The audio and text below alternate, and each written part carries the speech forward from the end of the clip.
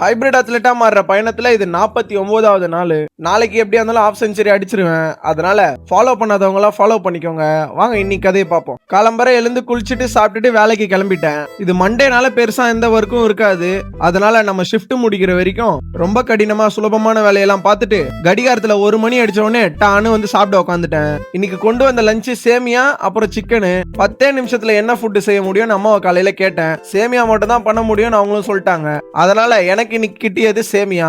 அம்மா கொடுத்த வெகுமானமா சேமியாவை ஃப்ரெண்ட்ஸோட சேர்ந்து சாப்பிட்டுட்டு காலேஜுக்கு கிளம்பலாம் தான் பார்த்தேன். ஆனா என்ன பிக் பண்ண தான் யாரும் வரலையே. அதனால இன்னைக்கு காலேஜுக்கு பிஸ்கெட்டை போட்டுட்டேன். அப்படியே கால் டெக்கத்லான் பக்கமா போச்சு.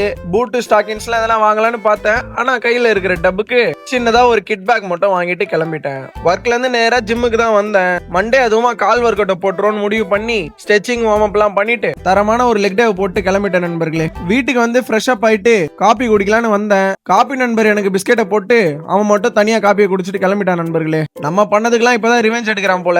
ஆனா பிஸ்கெட் போடுறதுல நம்மளோட காடு மோட இன்னும் அவன் பார்த்தது இல்ல. ஒரு நல்ல நாளா பார்த்து அவனுக்கு செஞ்சு விட்டுருவேன். வீட்டுக்கு வந்து மீன் சொரா போட்டு அடிச்சு சாப்பிட்டு என்னோட தலைவன் தரிசனத்தை பார்த்துட்டு இன்னைக்கு நாளை முடிச்சுக்கிட்டேன் நண்பர்களே. நாளைக்கு பார்ப்போம். வரட்டா.